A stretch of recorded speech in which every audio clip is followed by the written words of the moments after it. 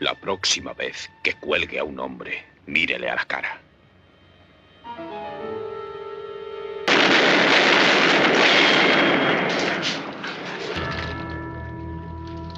Un hombre inocente que sobrevive a un linchamiento regresa como representante de la ley para llevar a los que le quisieron ahorcar ante la justicia. Después de interpretar al hombre sin nombre en la trilogía del dólar con el director italiano Sergio Leone, Clint Eastwood regresó a Estados Unidos para interpretar a Jed Cooper en el western llamado Cometieron dos errores, estrenado en 1968, que aunque se trata de un western americano, tiene algo de la esencia del spaghetti western. La película comienza con un linchamiento que sale mal, un intento de ahorcamiento a Jed Cooper, acusado injustamente de un asesinato y robo de ganado. La historia no es como la mayoría de las películas de venganza, común en muchos spaghetti western. Vemos a Clint Eastwood que, aunque sigue siendo el frío y silencioso antihéroe, aparece con un personaje más pacífico, que realmente quiere ver a los delincuentes entre rejas en lugar de dispararles. En un principio nos damos cuenta de que es una buena persona al rescatar a un ternero de morir ahogado. Esta táctica se utilizaría más tarde en otras películas. Gran parte de la historia es ficción, aunque algunas partes están basadas en hechos reales, como el ambiente que tenían los ahorcamientos públicos, con esos comerciantes que vendían todo tipo de productos y golosinas para los niños que paseaban libremente por la plaza, en la que sus padres a veces los subían a sus hombros para que pudieran ver mejor las ejecuciones. Un lugar lleno de público que presenciaba el mal llamado espectáculo entre el morbo y el pánico. La trama crea un debate en torno a la justicia y el modo de aplicarla. Su mensaje es bastante claro: la justicia es demasiado valiosa para dejarla en manos privadas. Es pues el Estado y el Poder Judicial quienes son los encargados de aplicarla. Los principales protagonistas representan diferentes tipos de justicia. Tenemos al juez Fenton, representante del Estado, que presenta un modelo de justicia deshumanizada, que tiene que implantar en un territorio inmenso lleno de bandidos, y pasa como un espectador pasivo en las ejecuciones que observa desde su ventana, pensando si la pena de muerte es una condena demasiado cruel. Tenemos al agente Jed Cooper,